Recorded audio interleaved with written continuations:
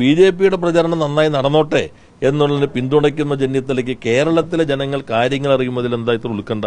നമ്മൾ തുടർച്ചയായി പ്രതിപക്ഷത്തിന് കോടതിയിൽ നിന്ന് തിരിച്ചടി നേരിടേണ്ടി വന്നിരിക്കുന്നു. നുണകൾ തുടർച്ചയായി പ്രചരിപ്പിക്കുക എന്നതായിരുന്നു കഴിഞ്ഞ 5 വർഷക്കാലം ഈ കേരളത്തിൽ പ്രതിപക്ഷം ശ്രമിച്ചത്. അതെല്ലാം തുറന്നു കാട്ടുന്ന വിധികളാണ് കോടതിയിൽ നിന്ന് വന്നുകൊണ്ടിരിക്കുന്നത്. അല്ല, കോടതിയിൽ നിന്ന് ഇത്രയും അധികം തിരിച്ചടികൾ നേരിട്ട ഒരു പ്രതിപക്ഷം കേരളത്തിന്റെ ഇതേവരെയുള്ള ചരിത്രത്തിൽ ഉണ്ടായെന്ന് വരില്ല. എന്ന് മാത്രമല്ല, ഒരു കേസിൽ കോടതി തന്നെ ചോദിച്ചു, നിങ്ങൾക്ക് ഉള്ളത് പബ്ലിക് ഇൻട്രസ്റ്റ് ആണോ പബ്ലിസിറ്റി ഇൻട്രസ്റ്റ് ആണോ? പബ്ലിസിറ്റി ഇൻട്രസ്റ്റിന് വേണ്ടി കോടതിയിലേക്ക് പോവുക, വസ്തുതയുമായി ഒരു ബന്ധമില്ലാത്ത കാര്യങ്ങൾ കോടതിയിൽ പെറ്റീഷനായോ റിട്ട് ഹർജിയായിട്ട് കൊടുത്ത് അതിനടിസ്ഥാനപ്പെടുത്തി ജനങ്ങൾക്കിടയിൽ തെറ്റിദ്ധാരണ സൃഷ്ടിക്കാൻ ശ്രമിക്കുക, ഇതാണ് തുടർച്ചയായി നടത്തിക്കൊണ്ടിരുന്നത്. ഇപ്പോൾ AI ക്യാമറ വിവാദം, അതിനകത്ത് എത്രയോ ദിവസങ്ങൾ ആധികാരികമായി കണക്കുകളൊക്കെ വെച്ചപ്പോൾ ഞങ്ങൾ അന്നേ പറഞ്ഞു, നിങ്ങൾ പറയുന്നത് ശുദ്ധമായ അസംബന്ധമാണ്, വസ്തുതകളുമായി നിരക്കാത്ത കാര്യങ്ങളാണ് എന്ന് പറഞ്ഞെങ്കിലും AMCയും അന്നത്തെ കാര്യങ്ങളൊക്കെ നിങ്ങളുടെ ഫയലിൽ തന്നെ ഉണ്ടായിരിക്കും. കോടതി അത് പൂർണ്ണമായിട്ടും തള്ളിക്കളഞ്ഞു. K-ഫോണിന്റെ കാര്യത്തിലും കോടതി തള്ളിക്കളഞ്ഞു.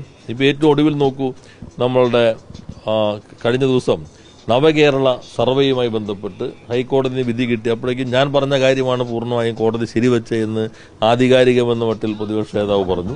പക്ഷേ ഹൈക്കോടതി അതിനകത്ത് ഉള്ള വിധിയെ സുപ്രീം കോടതിയും അതിലെന്താണ് കുഴപ്പം, ഏറ്റവും ശരിയായ നല്ല ഗവേണൻസ് അല്ലേ ജനങ്ങളുടെ അഭിപ്രായം തേടുന്നത് എന്ന് പറഞ്ഞു. ഇപ്പോൾ നോക്കൂ, ഈ കേസിനകത്തും യഥാർത്ഥത്തിൽ ഗവൺമെന്റിനെതിരെയായിട്ടാണ് പോയതെങ്കിലും ഗവൺമെന്റിനുള്ള അംഗീകാരമാണ് ഈ വിധി നൽകിയിട്ടുള്ളത്. Good governance ഇങ്ങനെയായിരിക്കണം.